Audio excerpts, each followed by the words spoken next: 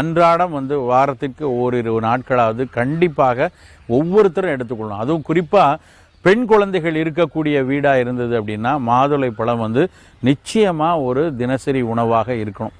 இதை நம்ம ஒரு பழச்சாறாக எடுக்கலாம், அப்படியே நேரடியாக முத்துக்களாக எடுக்கலாம். இதில் நேரடியாக முத்துக்களாக எடுக்கிறது இன்னும் கூடுதல் பலன். அதாவது பழச்சாறாக எடுக்கும்போது அதில் வரக்கூடிய சத்துக்கள் கிடைக்கும். கூடுதலாக உடனடியாக நமக்கு உடலுக்கு சத்து கொடுக்கக்கூடிய தன்மை வந்துடும். அதில் அதாவது விதைகளோடு அதில் முத்துக்களோடு நம்ம சாப்பிடும் பொழுது அதில் இருக்கக்கூடிய நுண்ணிய விதைகளில் நிறைய நார்ச்சத்துக்கள் இருக்குது. அந்த நார்ச்சத்துக்களோடு அந்த கனி கிடைக்கும் பொழுது நமக்கு பலவேறு வகையில் வெறும் இரும்புச்சத்து மட்டும் கிடைக்காம அதில் இருக்க நார் இருக்கிறதுனால நல்ல மலம் எளிதாக கழியும்.